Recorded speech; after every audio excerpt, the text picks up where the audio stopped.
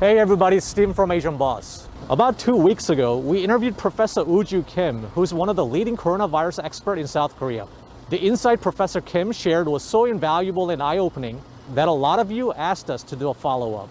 So we asked you to submit your questions on Mogao, which is our community app you can download in the description, and we received an overwhelming amount of responses. So today, we're gonna go see Professor Kim again and ask him a lot of unanswered questions on your behalf. We hope you're ready to take some notes. Let's go.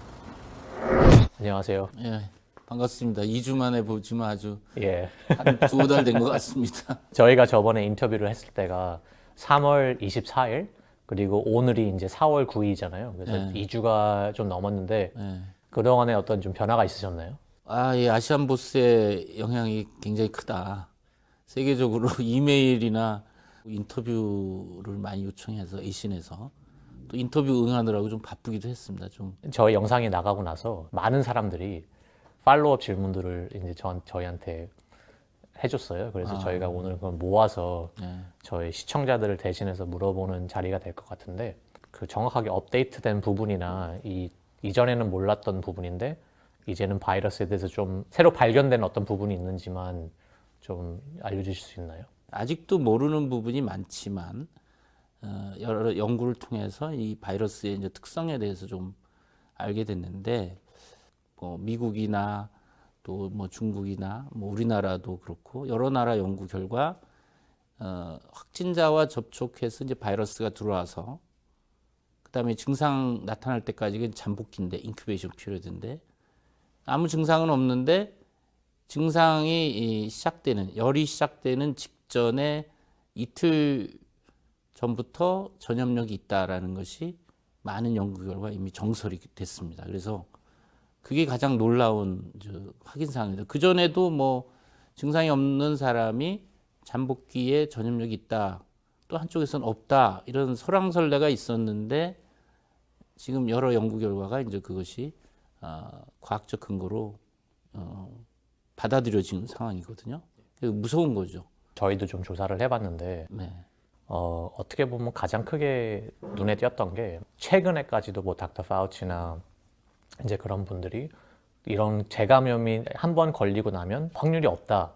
뭐 나는 그렇게 되게 자신한다. 약간 그런 말씀을 해주셨어요. 2주 동안에 새로 어떤 발견된 게 있는 건지. 네, 지금 한국에서 확진자가 1,400여 명입니다. 그동안 회복돼서 나간 분이 7천여 명이 이미 회복이 돼 있어요.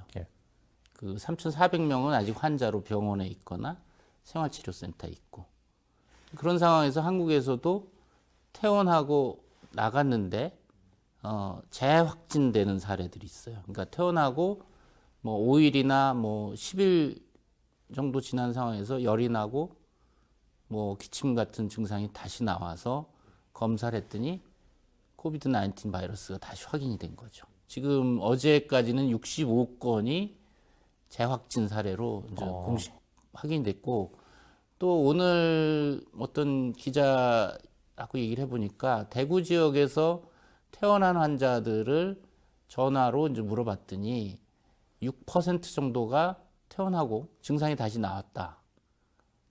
근데 뭐 확진까지는 다 안 돼 있지만, 그러니까 6% 정도가 이제 다시 바이러스가 나왔다. 이제 재확진인데, 근데 이것을 이제 왜 이러냐는 걸 설명을 해야 되는데 환자가 양성이다가 호전돼서 음성이 됐다가 이제 양성이 되는데 이것이 두 가지가 있죠. 릴랩스 또는 리인펙션. 그러니까 아마 닥터 파우치가 얘기한 것은 리인펙션이 없다라고 얘기한 거고 릴랩스를 얘기한 것 같지는 않아요. 특히 감염학에서는 이걸 구분하죠. 근데 일반인들이 보기에는 그냥 재감염이다. 그럼 그 차이점이 뭔가 정확하게? 뭐 릴랩스는 처음에 감염시킨 바이러스가 뭐 치료해서 좋아지고 증상도 없고 이 검사에서 음성인데 이 바이러스 숫자가 줄어들어서 이 PCR 키트에 검출 한개 이하로 바이러스가 줄면은 보통 한 3,000 카피 정도 이상 돼야 양성으로 바이러스가 PCR 키트의 민감도가 그냥 평균 3,000 카피 이상 돼야 양성으로 나온다. 그 이하인 경우는 음성으로 검사 결과가 나오죠. 실제 바이러스 있는데. 그러다가 이제 퇴원해서 활동하면서 이게 바이러스가 다시 증식 리플리케이션해서 3천 이상으로 4천, 5천 되면 그때 증상 나와서 확진하는 이게 이제 릴랩스라고 하죠. 같은 바이러스가 이어서 이렇게 음성이 됐다 양성이 되는 그걸 릴랩스라고 하고, 그러니까 리인펙션은 처음에 바이러스 감염돼서 치료해서 아예 몸에서 없어졌어요. 없어졌는데 돌아다니다가 또 다른 코비드 19 환자로부터 다시 감염된 그런 거를 이제 리인펙션이라고 하죠. 그럼 제가 생각하기에는 이게 리인펙션이건 릴랩스건 항체가 나온다는 얘기잖아요. 그런데 그 항체가 나오면 그게 릴랩스도 안 돼야 되는 거 아니에요? 그 부분이 지금 명확히 규명되지는 않았는데 뭐 이런 연구 결과는 있어요. 지금 코비드 19 감염이 되고 항체가 이제 1주 말 정도면 출현하기 시작해요. 생기기 시작하고 2주, 3주가 되면 뭐 거의 대부분, 물론 예외적으로 안 생기는 사람들이 있어요. 그렇지만 대부분 90% 이상은 항체가 생기고, 그 항체가 재감염을 막는 항체냐 하는 거는 이제 중화항체를 측정해야 되거든요. 그러니까 항체 종류 중에서도 바이러스, 이 코로나19 바이러스의 이제 스파이크 프로테인을 쌓아가지고 바이러스를 무력화시키는 그 중화항체가 생기면 재감염이 예방이 됩니다. 최근에 이제 발표된 거에 의하면 원숭이 동물 실험에서 코비드 19 바이러스를 원숭이한테 감염을 시키고 혈액에서 이 항체가 생기나를 봤더니 이 바이러스를 중화시키는 항체가 생긴다는 걸 확인했고, 또 그 원숭이에다가 바이러스를 다시 감염시켰더니 감염이 안 되는 거예요. 증상이 아무것도 안 생겨요. 그래서 재감염, 리인펙션을 막아준다라는 이제 결론을 우리가 도출할 수 있겠죠. 이제 그런 측면에서 이제 파우치가 그 근거로 얘기를 한 것이고, 지금 이제 릴랩스 경우는 바이러스가 숫자가 줄었다가 다시 늘면서 증상이 나오거나 이제 알게 되는데, 이 경우에 이제 메커니즘이 아직은 명확치가 않아요. 그러니까 우리 면역 체계가 싸워서 바이러스를 물리치면 완치가 되는 거고, 바이러스의 공격에 이제 면역 시스템이 패배하면 중증, 위중, 사망으로 가는 거 아니에요? 근데 이 릴랩스 같은 경우는 일단 입원해서 치료하는 중에 이제 면역 시스템이나 또는 외부에서 아직 이 효과가 뭐 명확치는 않지만 그래도 칼레트라나 클로로킨이라는 약들을 쓰잖아요. 그걸 써서 바이러스가 억제가 됐다가 증상도 좋아지고 PCR에서 음성으로 됐다가 퇴원하면 약을 중단하니까 활동 돌아다니면서 다시 바이러스가 증식해서 다시 양성 증상이 나오는 그런 게 릴랩스라고 지금 생각하고, 뭔가 면역 시스템이 효과적으로 바이러스를 완전히 이라디케이션을 하지 못해서 이런 현상이 나타나는 것이라고 이제 추정을 하죠. 여기서 가장 큰 테이크어웨이는 음성이라고 이게 완전히 없어진 게 아니다. 그렇죠. 이게 어느 순간에 억제를 당하다가 뭐 면역이 다시 약해지거나 네. 그리고 뭐 쓰던 약을 안 쓰면 다시 그렇죠. 릴랩스가 될 수 있는 네, 거다. 네. 아니면 면역 억제, 스테로이드 같은 걸 또 복용한다. 그럼 면역을 억제하잖아요.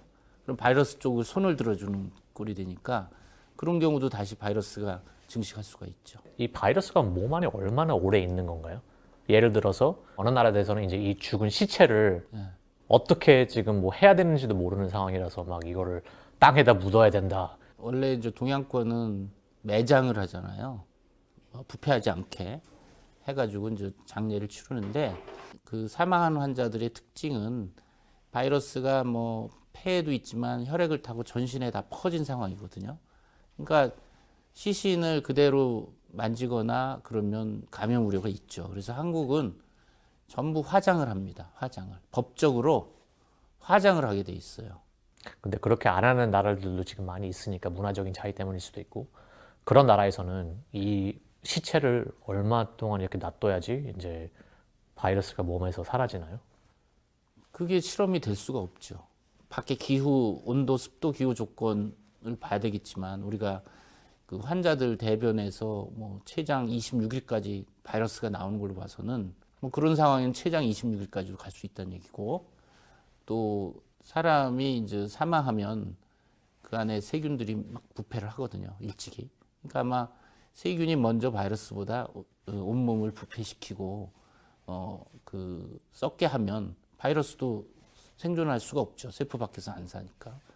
더 일찍 수일 만에 바이러스 죽을 수 있는데 어쨌든 감염이 되는 거는 감염성이 있기 때문에 화장을 하는 것이 가장 안전하죠. 아니면 화장을 못 하겠다 그러면 그 소독액, 그 바이러스를 죽이는 뭐 소독에 온 시신을 적셔야 된다는 얘기인데 그럼 또 시신에 대한 훼손이 될 수가 있겠죠. 우리가 2014년 에볼라 때 서부 아프리카 시에라리온 이런 데서도 에볼라 출혈열이 갑자기 확산된 것이 그쪽의 장례 문화거든요. 화장을 안 하고 뭐 시신을 놓고 그 온 가족이 와서 시신에 키스하고 이렇게 몸을 씻어주고 어떤 식 같은 걸 올리니까 올리잖아요. 그래서 장례 문화가 이제 또 감염병 전파의 한 원인이 됐던 것이죠. 그러면 이제 저번에 저희가 말했던 거랑 조금 이제 다른 부분이 될 수도 있는 게 젊은 사람들 네. 뭐 20대, 네. 30대가 뭐 사망을 하고 있다 지금 네. 그런 소식에 들려서 네. 그 부분에 대해서 좀 업데이트를 해주셨으면 이 2주 동안에 새로 어떤 발견된 게 있는 건지. 젊은 사람도 사망할 수가 있어요.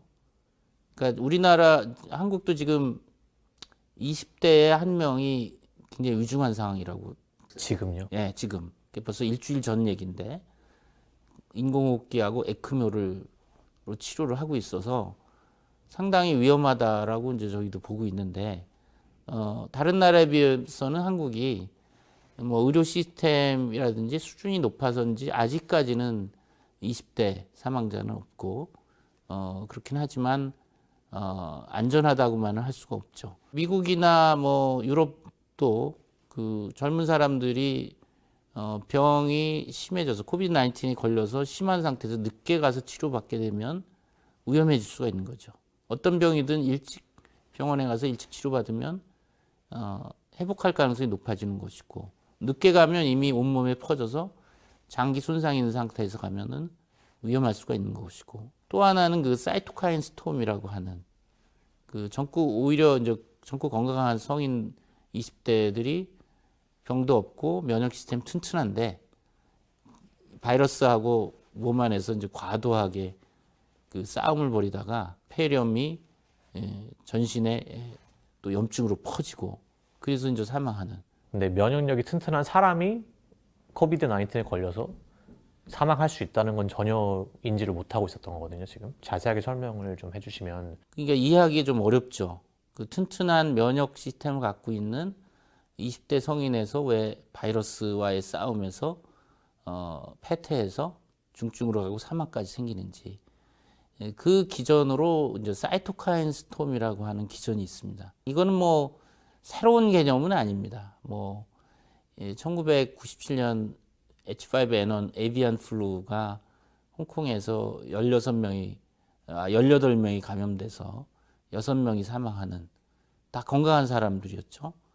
사망이 생기고 그 이후에도 계속 에비안 플루로 건강한 성인들이 감염돼서 폐렴이 심해지고 전신장기 부전으로 사망하는 사례들이 생기다 보니까 연구자들이 많이 연구를 해봤더니 기본적인 면역 시스템의 프린시플은 원칙은 자기 몸은 보호하고 넌셀프 외부에서 들어온 바이러스나 세균을 공격해서 몸을 보호하는 게 이제 기본적인 신조인데 프린시플인데 이 사이토카인 폭풍의 경우는 총알이라고 보면 돼요.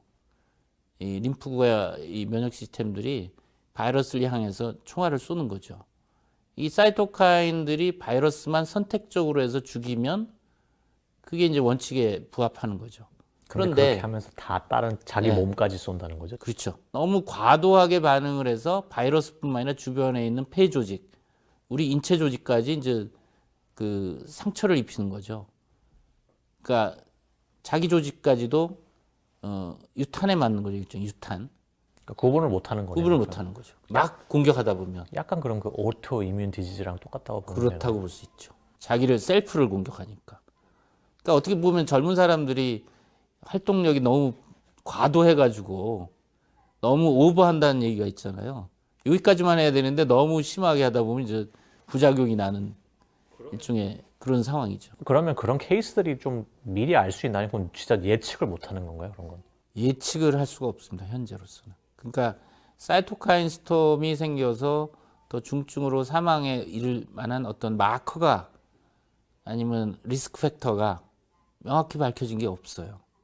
그러니 이게 종잡을 수 없는 거죠. 대응하는데. 그래서 이 코비드 19 바이러스가 진짜 제가 여러 바이러스 겪었지만 아주 영악한 바이러스 중에 하나임에 틀림없다. 저희가 이제 많은 질문을 사람들한테 모아봤잖아요. 그래서 이제 교수님한테 사람들이 궁금해하는 거를 지금 이제 좀 랜덤하게 제가 던질 수도 있는데 혈액형에 따라서 또 뭐 O형은 바이러스가 뭐 덜 감염이 되고 뭐 A형은 더 감염될 확률이 높고 그렇게 했다고 들었는데 그게 사실인가요? 중국에서 나온 논문인데 그냥 우한시에 코비드 19 환자를 봤더니 그 프로포션이 비율이 A형이 많고 B형이 적더라. 일반인에 비해서.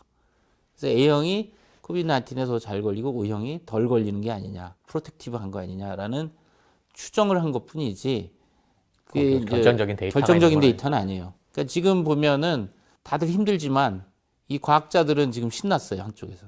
정식 논문 피어 리뷰 아티클에 실리기 전에 미리 그 온라인에 올리는 사이트가 있어요. 거기에 논문들이 하루에도 뭐 수십 편씩 올라와요. 일종의 이제 논문 팬데믹이라고 저는 얘기를 하는데. 근데 그거는 피어 리뷰가 안 됐기 때문에. 피어 리뷰가 안 됐고 이제 올랐는데 또 거기에 이제 기자들이 또 기사를 쓰는 팬데믹이 있어요.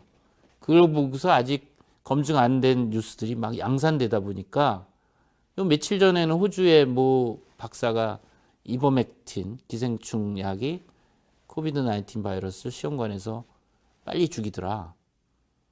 그런 논문이 나오니까 그게 마치 그 특효약인 것처럼. 사실은 그건 시험관에서 그냥 비교한 것이고 그게 실제 코비드 19 환자 투여해서 의약 대비, 플라스 대비 사망률도 낮추고 효과가 있다를 검증이 안 된 거거든요. 저번에 말씀하시 주시기에는 이제 피부로는 이 리셉터가 없기 때문에 이게 못 들어간다고 하셨잖아요, 바이러스가. 그렇죠. 근데 예를 들어서 뭐 상처가 있거나 피가 나오거나 그러면은 이제 바이러스가 들어갈 수 있는 건가요? 그런 사례는 없는데 그냥 뭐 추정하건대 피부에 상처가 났어요. 피가 나. 그럼 여기 혈관이 노출이 된 거잖아요. 여기 바이러스가 묻었다. 이 혈관 이런 데는 또 리셉터가 있어요. 가능성 굉장히 낮지만 이론상은 감염될 수는 있겠죠. 그러니까 이럴 때 이제 에탄올이나 소독제로 소독하고 밴데이를 붙이면 되겠죠. 이게 노출이 안 되게. 그러면 이제 사람이 다른 동물한테 최근에는 사람들이 뭐 반려견도 이제 많이 키우고 뭐 최근에는 뭐 동물원에서 호랑이가 감염된다고. 그렇죠. 근데 이게 사람에서 다른 동물로도 이제 이게 바이러스가 감염될 수 있는 건가요? 지금 저 홍콩에서 워낙에 포메라니안이 감염돼서 죽었죠. 최근에 이제 고양이에서도 감염 사례가 나왔고, 왜냐면 우리 컴패니언 애니멀이 도그나 캣이잖아요. 사람 코비드 19 걸린 주인하고 굉장히 밀접한 접촉을 하니까 고양이에서도 이제 발생 사례가 있고 뉴욕에서는 호랑이에서도 지금 감염 사례가 있죠. 왜냐하면 같은 포유류니까. 뭐 인플루엔자의 경우도 사람이 인플루엔자 걸리면 그 강아지도 컴패니언 독도 걸릴 수가 있어요. 아, 그럼 바이러스 이런 사례가 이미 있었던 있죠. 건가요? 예, 있었죠. 에비안 플루 같은 경우도 닭과 오리 농장에서 크게 유행을 했잖아요. 근데 거기서 이제 이 죽은 폐사된 H5N1 조류인플루엔자로 폐사된 닭을 그 집에서 키우던 개가 먹고서 감염된 사례도 있고, 미국에서는 스와인 페어라고 그 이제 동네 축제로 이제 애기 돼지들 달리게 하고 애들이 같이 뒹굴고 하는 스와인 페어가 이제 동네마다 있다라고 합니다. 예전에 거기서 이제 스와인 플루에 걸린 아이들이 이제 다수 생긴 적이 있었죠. 어떻게 보면 과학적으로는 그렇게 놀랄 현상은 아니네요. 왜냐하면 그렇죠. 이게 동물의 사람으로 옮겼다가 또 사람에서 동물로 옮겨가고. 그러니까 이게 이제 무서운 부분이죠. 그러면 저희가 궁금한 거는 왜 코비드 19만 이렇게 지금 문제를 일으키고 있나요? 왜냐하면 저번에 말씀하셨던 사스나 메르스나 다 그냥 빨리 없어졌잖아요. 전파력이 메르스는 낮아요. 왜 낮은 거예요? 메르스 코비 바이러스는 DPP4라는 리셉터가 있어요. 이 바이러스가 있고 호흡기 점막 세포에 리셉터가 이렇게 딱 맞아야 이제 침투가 되는 거거든요. DPP4라는 리셉터가 있는데 그게 이제 메르스 같은 경우는 우리가 이제 코나 목이나 기관지에서 이렇게 쭉 나뭇가지처럼 연결돼 있는데 이 DPP4라는 리셉터는 상기도 위에보다는 이 폐 깊숙한 데 많아요. 상기도에 많으면 전염력이 빨라요.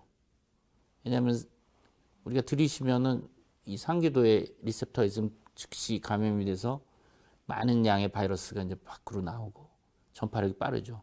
근데 메르스 같은 경우는 감염되려면 상기도에서 저 폐 깊숙한 데까지 들어가야 되거든요. 더 많은 바이러스를 깊숙하게 흡입을 해야 그 폐에 염증이 생기고 대신 저 메르스는 전염력은 떨어지지만 폐에 리셉터가 DPP 리셉터가 많다 보니까 일단 발생하면 중증 폐렴으로 가고 사망률이 이제 지금 중동에서는 35%죠. 일반적으로 바이러스가 전염력도 높고 치사율 높은 두 개를 가질 수가 없어요. 일종의 트레이드 오프가 되는 거죠. 그러니까 에볼라 같은 경우는 치사율이 70 내지 90% 엄청 높잖아요. 근데 전염력은 떨어져요. 지금 이제 메르스도 치사율이 35%인데 치사율이 높죠? 전염력은 떨어져요, 상대적으로. 에비안 플루 또 치사율이 한 50 내지 60%인데 전염력은 떨어져요. 코비드 19 같은 경우 이제 나라마다 치사율은 다르지만 그냥 인제너럴 일반적으로 2 내지 4% 정도란 말이에요. 그럼 이렇게 해석해봐도 될까요? 걸린 사람들이 전염을 시키기도 전에 빨리 죽어버리니까. 에볼라 같은 경우가 그렇죠. 예, 전염 시킬 시간도 없이 그냥 없죠. 먼저 죽어버리니까 그래서 그 치사율이 높으면 이제 그렇죠. 감염이 덜 되는. 너무 아프니까 움직일 틈이 없죠. 그러니까 이제 에볼라가 이제 그런 케이스인데 이제 그런 룰이 좀 깨지고 있어요. 왜냐면 비행기 타고서 요즘은 그냥 뭐 몇 시간이면 옮기니까. 그러니까 2014년 에볼라 때 서부 아프리카에서 주로 환자가 생겼지만 비행기 타고 유럽이나 미국에 환자가 임포트돼서 발생했었잖아요. 이게 3, 40년 전에는 불가능한 일이었죠. 근데 이 지금 문명의 이기 인터내셔널 트래블, 에어 플라이트 이게 하나의 이제 벡터가 되고 있는 거죠. 그래서 지금 이 코비드 19이 왜 전염력이 빠르냐? 증상 없는 사람들이 전염력이 있다는 거. 그러니까 우리가 증상이 있으면 검사를 받고 격리하고 주의를 하잖아요. 근데 지금 코비드 19의 일부 환자는 증상도 없이 돌아다니면서 퍼뜨리고 있다는 얘기죠.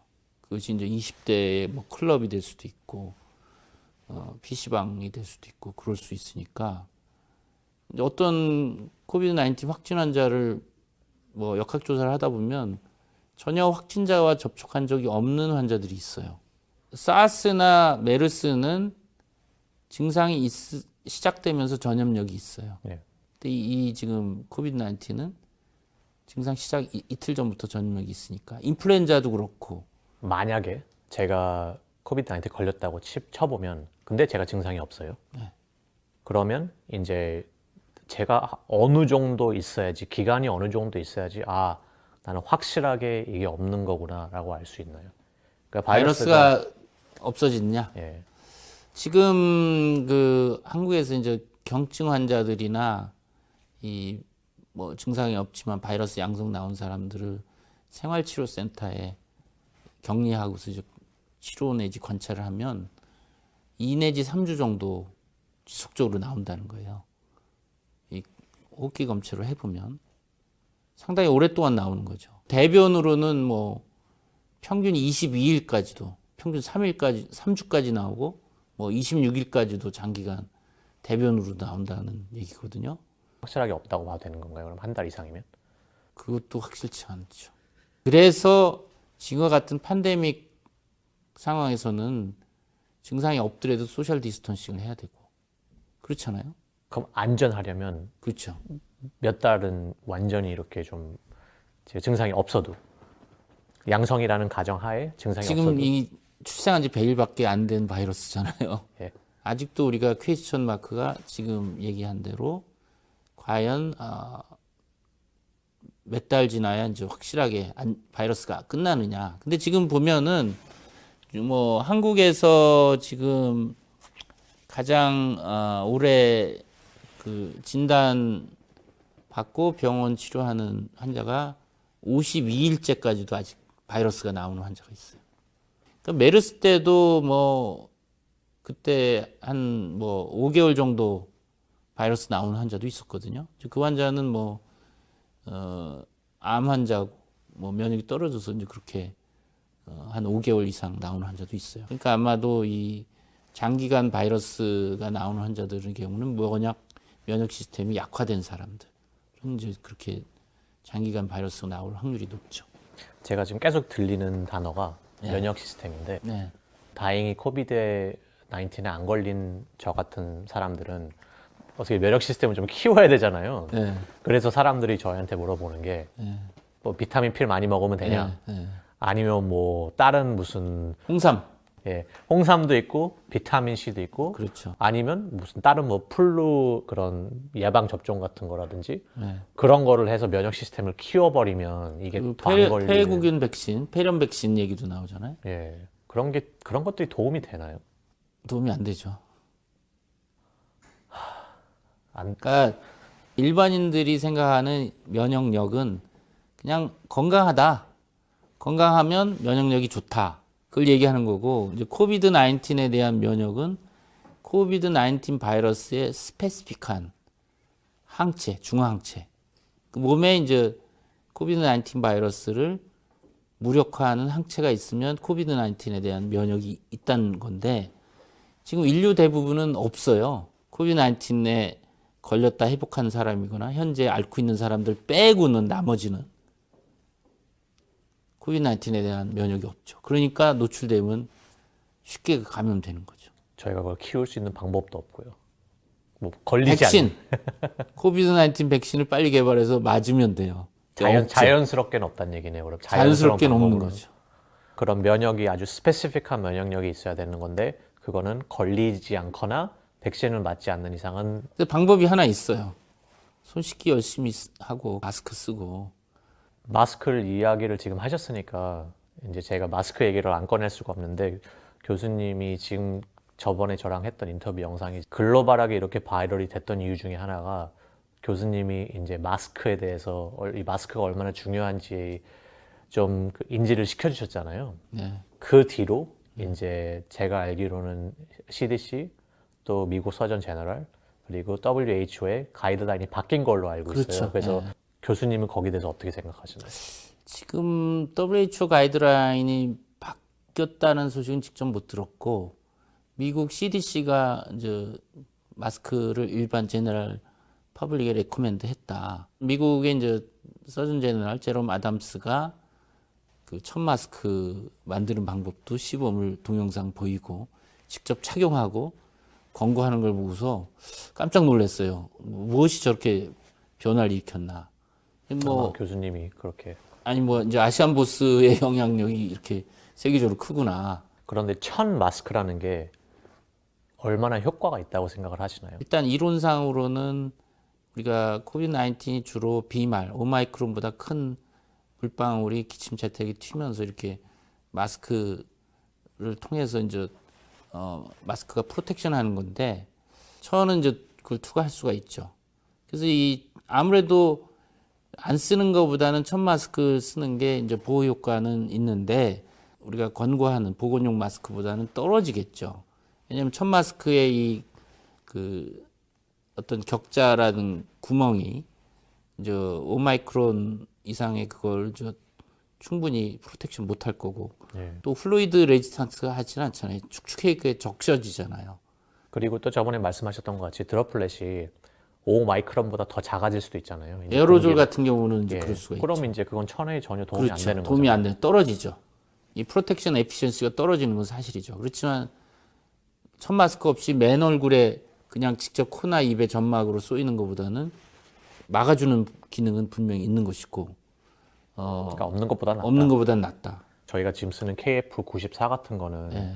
지금 길거리에서 거의 모든 한국 사람들이 다 차고 다니는 거잖아요. 예. 그런데 제가 알기로는 그게 이제 0.3 마이크론, 0.3 마이크론은 이제 94% 이상. 이제 거의 프로텍션이라는 N95랑 그렇죠. 95랑 거의 예, 똑같은 그렇죠. 거라고 하니까 예. 그건 정말 프로텍션이 완벽한 거고 그렇죠. 없으면 1000이라도 해라. 그렇죠. 예. 1000 마스크 있잖아요. 아니면 그냥 일반 저희가 쓰는 지금 뭐 KF94 마스크 같은 것도 빨아서 다시 쓴다거나 그래도 좀 효과가 있을까요? 한국에서도 어떤 방송국에서 그 KF80 마스크를 재활용해가지고 뭐 소독해서 그 성능을 검사를 했더니 3분의 1 정도 그 기능이 떨어지다는 거예요. 그러니까 전체보다 한 30% 이상 그 프로텍션 방어 성능이 떨어지는 걸 이제 검증을 했어요. 그리고 그 바이러스가 그 온도 아니면 습도 그 이상의 뭐 더 차이 받는 게 있나요? 왜냐면 아직도 저는 감을 잡을 수가 없는 게 나무나 뭐 전화 그 스크린이나 아니면 옷이나 그 바이러스가 다 사는 그 기간이 다 다르잖아요. 그래서 그게 어떤 요소 때문에 그렇게 달라지는 건지 그냥 그게 온도 습도 차이인지 아니면 그 이외에 딴 게 또 뭐 있는지 그게 궁금하거든요. 표면의 그 성질, 그러니까 이런 나무 탁자나 스테인레스 스틸이나 이 딱딱한 표면은 또 바이러스가 오래 생존하지만 이 패브릭 또 종이 이런 데서는 바이러스가 일찍 사멸하죠. 이게 아마 흡수가 되니까 빨리 건조가 되겠죠, 어떻게 보면. 근데 이제 이런 딱딱한 표면에서는 이 드라플렛가 그 자체로 이렇게 흡수가 안 되고 이제 있다 보니까 더 오래 서바이브하는 생존하는 그런 특성을 갖는다. 그럼 전화도 마찬가지겠네요. 딱딱하니까. 그렇죠. 예. 이제는 그 마스크 다음으로 중요한 큐어 같은 경우는 지금 이게 말이 굉장히 많거든요. 최근에 이제 트럼프 대통령께서 하이드록시 클로로퀸을 이제 적극적으로 권유를 게임 체인저다. 예. 뭐 이럴 게 뭐냐? 클로로퀸하고 하이드록시 클로로퀸의 차이점이 뭐고 그냥 이렇게 막 써도 되는 건지 아니면 이게 지금 검증이 된 건지 그게 좀 궁금한 거 하거든요. 요 말라리아 치료제 클로로퀸이 이제 인체에 들어가서 이제 말라리아를 치료하는데 이 클로로킨 포스페이트라는 제품이 있고 하이드록시 클로로킨이라는 제품이 있어요. 근데 이게 몸에 들어가면 그냥 클로로킨으로 작동을 하는 거예요. 프랑스에서 코비드 19 환자에서 클로로킨 치료를 했는데 이제 클로로킨 치료를 하면서 뭐 때에 따라서는 아지스로마이신 항생제를 컨비네이션해서 썼더니 안 쓴 군보다 치료 효과가 좋았다. 그걸 이제 트럼프 대통령이 이거 게임 체인저다. 클로로킨을 우리가 비축하고 적극 써야 되겠다. 이렇게 된 거죠. 그 뉴스를 보고 60대 아마 노부부 같아요. 붕어 키우는 어항에 그 안에 이제 소독용으로 거기에 뭐 여러 가지 이제 기생충이나 이제 때가 끼니까 아마 소독용으로 클로로킨 포스페이트 파우더를 파나 봐요. 마트 같은 데서. 부부 중에 한 분은 돌아가셨고 한 분은 중환자가 돼서 이제 병원에 가셨다라는 얘기를 들어서 이것도 일종의 인포데믹이죠. 그러니까 대통령의 한마디는 진짜 천금과 굉장히 신중해야 되는데 뭐 그냥 갑자기 이제 트럼프 대통령이 이게 치료제가 없는데 이게 효과가 있다고 그러니까 이거다 이렇게 한 거 아니겠어요? 그러면 사람들이 이 클로로킨을 그냥 먹으면 안 되는 건가요, 지금은? 클로로킨은 전문의약품이라 의사가 처방을 해야지 쓸 수가 있는데 아마 이 클로로킨 포스페이트 파우더는 그냥 일반 소독용이다 보니까 아마 그 퓨리티 순도가 이제 다른 이물질이 많이 있었을 가능성도 있고 또는 과용량 오버도즈. 그러니까 우리가 클로로킨은 의사가 이제 그 하루 용량이 정해져 있는데 그러니까 독성이 안 나타나고 이제 치료 효과만 나오는 용량을 우리가 처방을 하거든요. 그래서 아마 돌아가신 분은 이제 이 클로로킨 그 톡시시티, 오버도즈 톡시시티는 심장에 이제 부정맥을 일으켜서 심장에 그 독성이 강하거든요. 그래서 이제 돌아갔을 가능성도 있고, 참 불행한 일이죠. 일종의 인포데믹이죠. 잘못된 정보로, 그로 인해서 불상사가 일어난 거죠. 지금 실제 병원에서 의사들이, 코비드 19 환자를 보는 의사들이 필요하다 그러면 쓰고 있어요, 지금. 그게 지금 검증이 된 상태인가? 이 100% 효과가 있다라고? 검증은 안 돼 있죠. 검증은 안 되는데. 지푸라기라도 짚는 심정으로 하고, 저도 그렇지만 우리 감염 전문가들이 지금 임상시험을 검증하는 연구를 하고 있어요, 지금. 치료도 하고 검증도 병행하고. 그러면 이게 임상시험이 아직 안 됐다고 하더라도 병원에서 이렇게 처방을 하는 이유는 그게 웬만큼 효과가 있다고 생각을 하니까 지금 약을 투여하는 거 아니에요? 그럼 여기에 무슨 뭐 부작용이 생길 수도 있는 건가요? 그러니까 부작용이 없는 약은 없다. 코비드 19은 80% 정도는 경증으로 일주일 만에 1, 2주 만에 좋아져요. 약을 안 써도. 근데 이런 환자 약 쓰면 약 부작용이 더 두드러지겠죠. 리스크가 더 높겠죠. 약을 쓰면은 바이러스만 딱 선택해서 죽여야 되는데 또 몸에 여러 기저기 영향을 끼치잖아요. 그러니까 부작용이 나오는 거죠. 아까 사이토카인 스톰처럼. 이 클로로킨도 오버도즈, 과용을 많이 먹게 되면 심장의 부작용으로 사망할 수도 있고, 또 장기간 부작용, 장기간 클로로킨을 쓰면 레티나, 눈에 이제 독성이 나와서 이제 시력 장애가 올 수 있어요. 근데 이 드러그 리퍼버즈먼트 하는 약물들은 의사들이 이게 용량을 얼마 쓰면 어떤 부작용이 있고 오래 쓰면 어떤 부작용이 있고 알고 있어요, 다. 그럼 제가 지금 이해한 거로는 어떻게 해서라든지 이제 중환자들을 살리기 위해서 지푸라기 잡는 심정으로 이걸 쓰고 있는 거고. 그렇죠. 이거는 그냥 일반 사람들한테 이거 효과 되니까 그냥 막 써라 그렇게 말하는 건죠. 그건 부작용만 있는 거죠. 하이드록시클로로킨은 OTC가 아니다. 오버 더 카운터 드럭이 아니다. 이거는 의사 처방이 필요한 약이다. 그러니까 일반인들이 주의할 거는 인터넷으로 하이드록시클로로킨을 살 수가 있는데 그것이 이제 실제 하이드록시클로로킨이 아닐 수도 있고, 그게 뭐 FDA나 이렇게 퀄리티 컨트롤이 안 된 거니까. 막 섞여 있을 수도 그렇죠. 있고. 위험하죠. 그리고 일반인들이 의사 처방 없이 그 복용하는 것도 위험하고, 이게 예방이 될 것 같으니까 먹고서 돌아다닌다. 이런 거 다 위험한 거죠. 하이드록시클로로킨이라는 거를 먹는 순간에 이 몸 안에서 이게 어떤 작용을 하나요? 바이러스가 우리 인체 세포를 들어가서 증식하고 이런 과정 중에서 이 바이러스를 이제 잡아먹는 세포들이 있단 말이죠. 뭐 그 탐식 세포나 뭐 백혈구들이. 그럼 잡아먹을 때 라이소솜이라는 게 형성이 되는데 그 안에를 알칼리로 만들어요. 엑시드 상황에서 이게 이제 바이러스가 침투해서 인체 세포를 공격하고 증식하기 딱 좋은데, 엑시드 산성을 알칼리화로 바꿔버려요. 그럼 얘가 바이러스가 더 침투를 못하게 되죠. 그게 이제 주 항바이러스 효과 기전이라고 얘기를 해요. 임상 실험이 다 끝나서 완벽하게 어프로브 될 때까지 이 시간을 어떻게 보고 계시나요, 지금? 그런 검증을 하는데 대충 그런 어떤 타임 프레임이 있나요? 제 게싱은 한 3, 4개월 내에 이걸 빨리 등록을 해서 빨리 뭔가 결론을 얻는 게 좋지 않을까.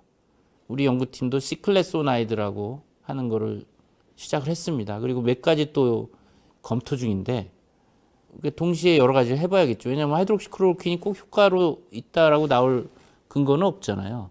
추정뿐이지. 물론 이제 프랑스에서 소규모 환자에서 효과가 있다라고 해서 조금 더 우리가 긍정적으로 보고 있고, 여러 가지를 지금 캔디데이트한 드러그 리퍼버먼트 캔디데이트 약물들을 시작도 했고 이제 지금 준비도 하고 있는 상황이죠. 이 바이러스가 인류한테 미치는 영향 이 정도로 본 적이 없거든요, 지금까지. 이 코비드 19 정도의 규모의 바이러스가 앞으로 몇 년 안으로 이렇게 돌아올 거라고 생각을 하시나요? 2003년 사스, 2009년 신종인플루엔자, 6년이죠. 2015년 대한민국에서 머스코비, 6년 뒤에 머스코비 왔잖아요. 지금 2019년, 2020년, 5년 뒤에 지금 코로나19 왔잖아요. 6년, 5년. 주기가 짧아지고 있는 거예요. 더 일찍 올 거예요, 제가 보기에는. 과거에는 2, 3년에 하나가 나타나는데 한 해에 2, 3개가 나타나요, 신종감염병이. 이거는 워낙 임팩트 커서 이걸만 기억하지만 뭐 남미에 뭐 지칸이 뭐 치쿤구냐니 뭐 니파니 신종감염병이 발생하고 있어요. 팬데믹이 안 돼서 우리가 감지를 못하고 있는 거지. 아, 이거는 좀 제가 2009년 신종인플루엔자 팬데믹 겪고 제 생에 이런 건 더 안 올 거라고 괜찮겠지 했어요. 2015년 메르스 왔을 때 쇼킹했죠. 메르스 겪고 나서 2번 다시 이건 안 오겠다. 지금 5년 뒤에 왔잖아요. 더 큰 게. 제가 메르스 때도 뭐 굉장히 고생을 많이 했는데 래피드 리스폰스 팀장이라든지 정부 가서 어그레시브하게 해서 2달 동안 아주 죽는 줄 알았는데 지금에 와서 코로나19를 지금 3개월 정도 겪고 나니까 머스코비는 난쟁이에요. 왜소해 보여.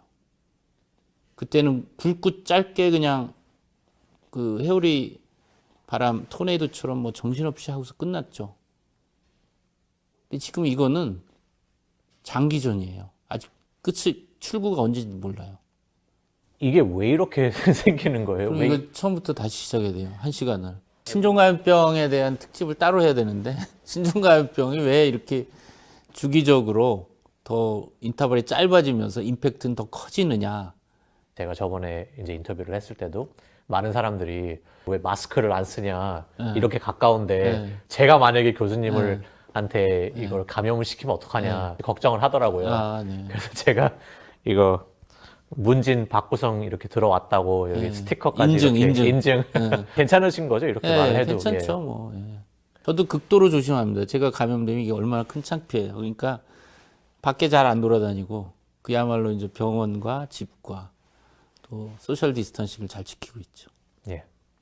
그래서 다음에 또 귀한 시간 내주시면 저희가 전 세계를 약간 교육시키는 목적으로 좀 희망적인 메시지를 다음엔 줄 수 있으면 좋겠어요. 저도 지금은 좀 경각심을 갖고 긴장을 해야 될 때이기 때문에 그래서 좋은 소식이 있으면 아시안 보스를 통해서 좀 나쁜 소식이 아니라 좋은 소식을 좀 전하는 그런 기회가 됐으면 좋겠네요.